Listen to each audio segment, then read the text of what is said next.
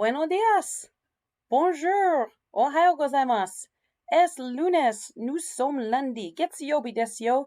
It is time for Metacognition Monday, where we talk about how your brain works.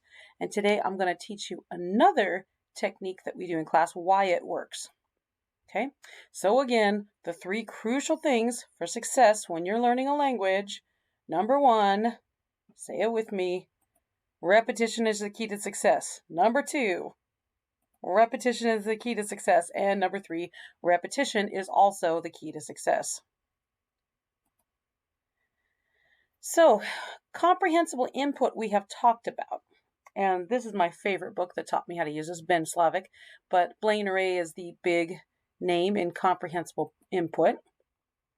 After our quick quiz trade or audiolingual method, we go right into teaching proficiency through reading and storytelling. These are our Mad Libs types of things where we have a fill in the blank, and I ask you to shout out what goes in the blank. Duo wa hon ga suki de wa arimasen. Duo wa keshigomu ga suki de wa arimasen. Duo wa kami ga suki de wa arimasen. Oh, kami wa kuroi desu ka?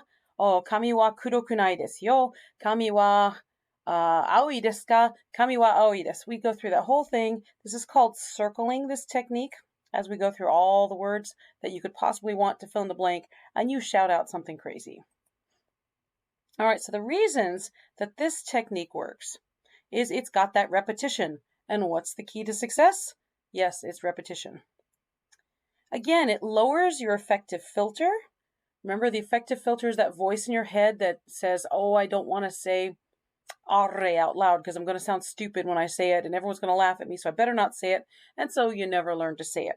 So this lowers the affective filter because nobody's listening to you. Everyone is chorally repeating with me. They're listening to themselves. Okay, they're listening to me. They're listening to themselves. Nobody's listening to you.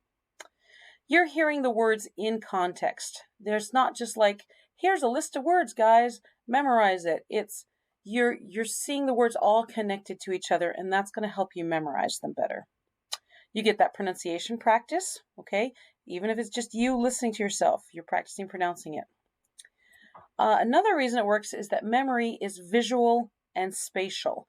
And the more I can get you to imagine pictures, the better you'll remember stuff. So that's why with my flavor of this technique, I always put the pictures on the boards, and generally I have the words underneath the pictures. So to help you make those connections, okay? A lot of people in this technique, they'll just have the students come up and kind of act it out, but I like the support of the pictures. All right, and also since memory is visual, the crazier you make it, the more you're going to remember it. You get exposed to a ton of words, and we're working on one grammatical structure, but we're plugging in a bunch of different words into that one grammatical structure. So this is a quicker way to expose you to all these words than if I did flashcards where they're not connected to anything, or we opened the textbook and the words aren't connected to anything. It's just a list of words. So you get exposed to those words in context, and you get exposed to a lot of them, and we get to work on a particular grammatical structure at the same time. This is honestly the quickest way I've ever seen to teach the negative, especially for my French students. I've been teaching a long time.